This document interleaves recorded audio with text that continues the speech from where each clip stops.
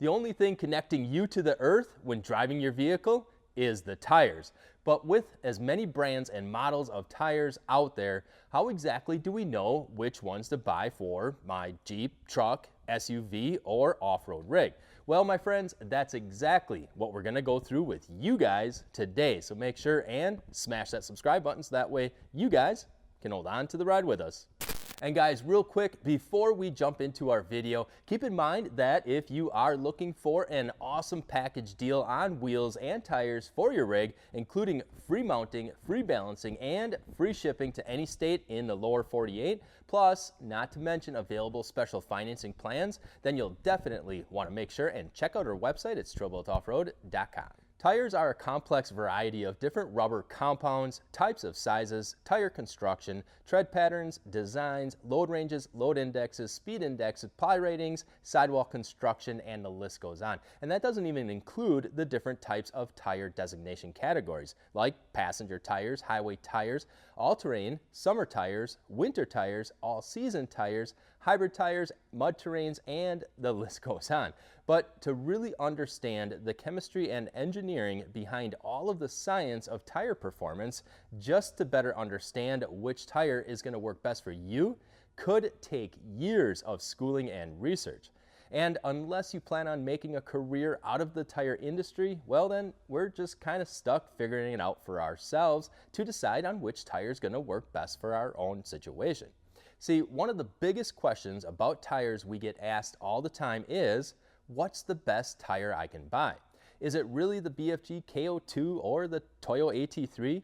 Maybe it's the Nitto Ridge Grappler or the up-and-coming Kenda Cleva RT.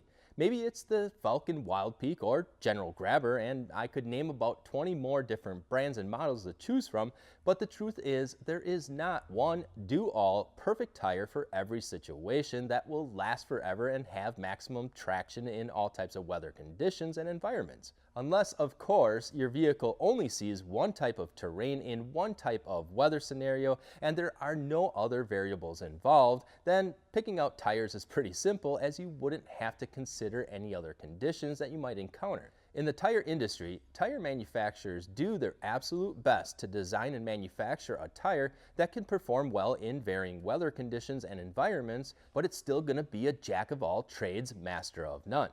A summer tire isn't going to be worth a crap in winter, and a dedicated snow tire is going to wear out extremely fast in summer. Same goes with mud tires that are designed to be aggressive while off-road, but will have many on-road handling sacrifices, and well, you guys get the point.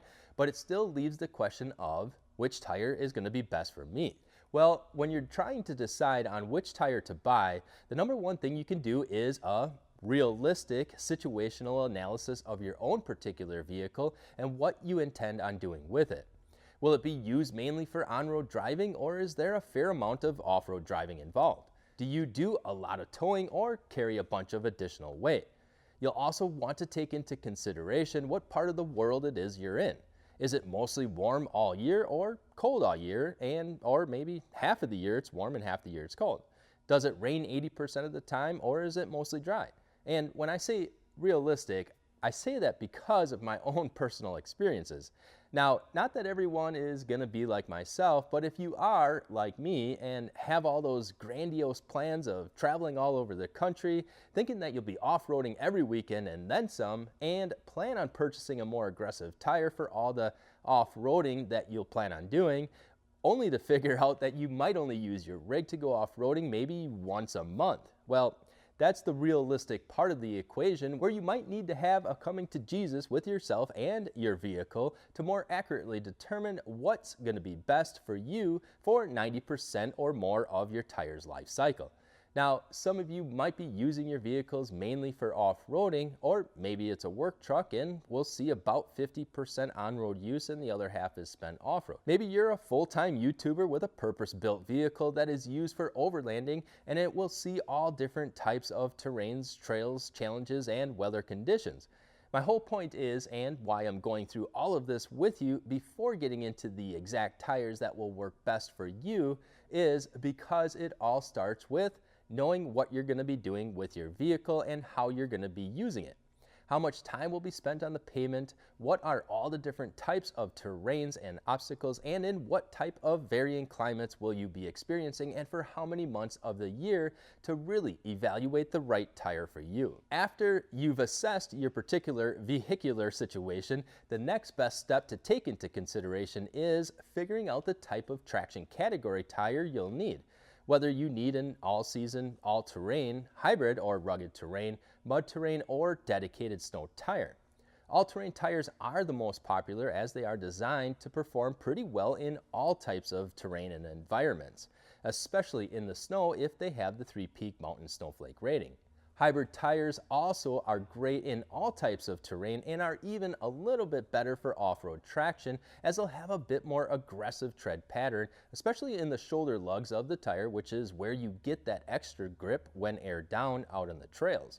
Mud tires aren't really all that great if you're going to be doing mostly on-road driving, but will definitely give you the best performance if you're mostly off the pavement, as they will have the most aggressive tread design, and snow tires are pretty self-explanatory. The thing with dedicated snow tires is that depending on what part of the country you're in, you may need to purchase a second set of tires to run throughout the warmer months, as the rubber composition is made to be pretty soft to maintain its cohesion in the colder temperatures. If you can get away with it, depending on how severe your winters are, then to save a few bucks, a 3-peak mountain snowflake rated all-terrain or hybrid terrain tire will save you from the extra coin from having to go out and purchase a set of dedicated snow tires. Although I will say, if you can swing it, a dedicated snow tire is the best way to go for severe on-road winter driving. And after you have decided on which type of tire to go with, depending on the traction performance you'll need, then we'll want to take a look at the load ratings. Metric size tires will typically have a higher load carrying capacity than standard or flotation sizes, and the higher the load rating, the more rigid or stiff the sidewall is going to be. Load ratings are categorized by letters, which takes into account the sidewall ply rating and load index of the tire. Load indexes are rated in numbers, and the higher the load index, the more air pressure it'll hold and the more weight carrying capacity it has. There's a lot more science behind load carrying capacity, load indexes, and ply ratings, but to keep it simple and use the load rating letters, the most common are C, D, E, and F. F load ratings will be able to handle a higher vehicle load weight compared to a C, but the F rating won't allow the sidewall to flex while aired down out on the trail as much as a C load. If you're not carrying a lot of extra weight, then go with a C or D load rating.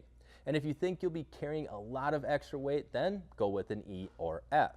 And keep in mind, the higher the load carrying capacity, the more stiff the sidewall will be. And when you're unloaded and not carrying a bunch of weight, the more you'll feel the road through the tires and the harsher the ride will be. And guys, to see what all the specs are for the load ratings and the indexes and all the other specs, they are all each listed under each individual tire specs on TrailBuilt. Another thing to keep in mind with the different load ratings is that the higher the load rating, the higher the cost of the tire is. Sometimes you'll see on our website when looking at tires is that the sizes are the same, but the prices are different. And that's because one has more material and can handle higher loads, so therefore is a bit higher on the price. And speaking about prices, another consideration to keep in mind is that there are different levels of tiers for tires depending on whether it's a premium name brand tire, which is considered a tier 1, or if it's a medium mid-market brand and is a tier 2, or if it's a value-based tire, it's a tier 3. Or to put it simply, good, better, and best. And you've probably already guessed what the difference is between the three, and you're right, it's the price. Tier 1 tires are typically name brand, top quality tires, and you can be reassured the tire's brand will stand behind its quality and performance. Tier 1 brands will usually have the most advertising dollars put behind their brands, and is my guess as to why they're a bit more money than the Tier 2 tires. But even Tier 2 tires are top quality, high performing tires, and I've personally have witnessed Tier 2 brands perform just as well as Tier 1 brands.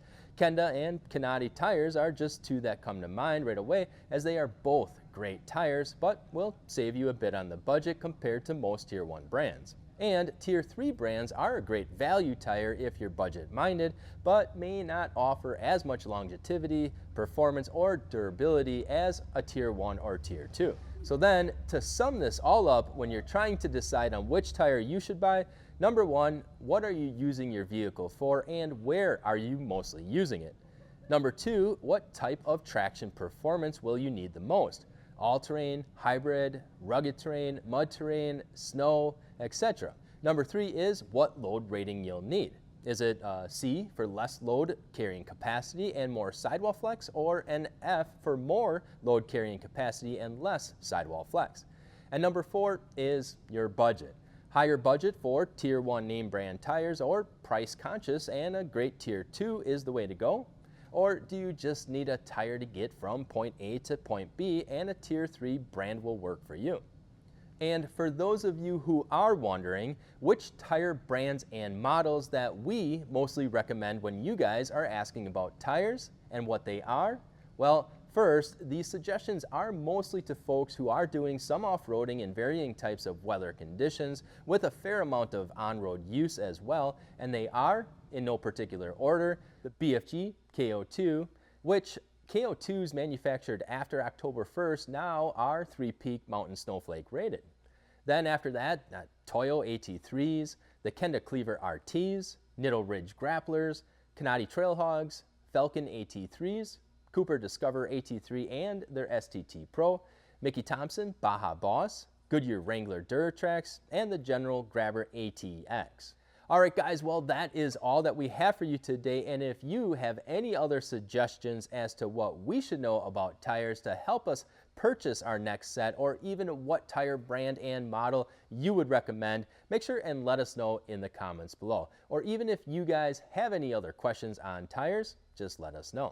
Other than that, remember to check out our website for some awesome deals on wheels, tires, suspension kits, and accessories. Don't forget to click that subscribe button and thumbs up to like the video. And guys, as always, we appreciate all of you for watching and all of your support. I'm Josh from TrailBuilt, and we'll see you guys out in the trails.